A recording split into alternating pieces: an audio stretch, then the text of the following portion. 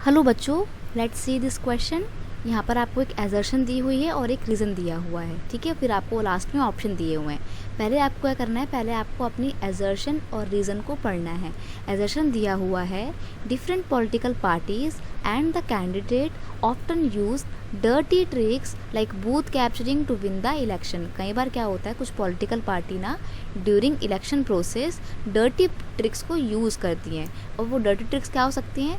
वो dirty tricks हो सकती है बूथ कैप्चरिंग। बूथ कैप्चरिंग का मतलब है कि जहाँ पर वोटिंग पड़ रही है ना, जिस एरिया में वोटिंग पड़ रही है, जहाँ पे वोट डालने लोग आ रहे हैं, उसको बोलते हैं पोलिंग बूथ, ठीक है।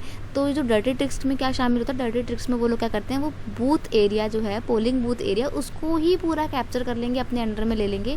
और फिर जितने भी लोग वहाँ पे वोट डालने आएंगे, सबको डराएंगे धमकाएंगे कि हमारी पार्टी को ही वोट दो, हमें ही जिताओ, अगर किसी और को वोट दिया तो हम तुम्हारी जान ले लेंगे, ठीक है। तो एक तरीके से यहाँ पे फिर जितने भी लोगों ने वोट दिया वो तो डर में आकर दिया ना वोट, तो ऐसे में जो इलेक्शन होंगे ये डेमोक्रेटिक नहीं रह जाएंगे, राइट। तो पॉलिटिकल पार्टी ऐसा बहुत बार करती हैं, वो अपनी डर्टी ट्रिक्स को अपनाती हैं और लोगों को डराती धमकाती हैं ताकि वो जीत सकें। तो एजर्शन जो है ये बिल्कुल सही स्टेटमेंट दी हुई है। रीज़न की बात करें, it give choices to the voters to choose among the best and reveal the real motive of the political party। अब देखो क्या होता है, ये बोल रहा है कि जो डर्टी पॉलिटिक्स अपनाती हैं, इससे क्या होता है, डर्टी पॉलिटिक्स अपनाने के बाद अगर इनकी सच्चाई सामने आ जाती है तो लोगों के सामने ना एक स्पेसिफिक पॉलिटिकल पार्टी का जो रियल मोटिव है ना, जो रियल चेहरा है वो दिख जाता है, ठीक है। तो अब उनको पता लग गया कि ये पार्टियां तो हैं ही ख़राब, इनका रिकॉर्ड ख़राब है।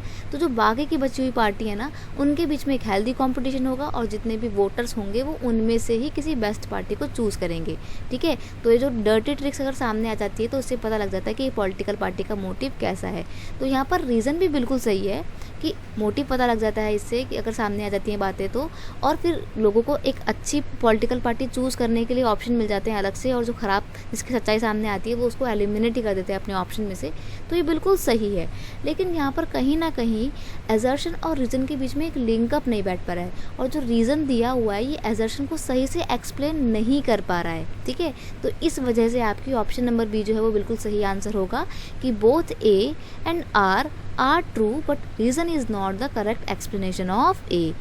रीज़न, एजर्शन और रीज़न दोनों ही सही ऑप्शन है, लेकिन जो रीज़न है वो एजर्शन की सही एक्सप्लेनेशन नहीं है। तो यहाँ पर आपका ऑप्शन नंबर बी जो है वो बिल्कुल करेक्ट आंसर है। आई होप आपको अच्छे से समझ में आ गया होगा कि कैसे हमने क्वेश्चन को सॉल्व किया। Best of luck.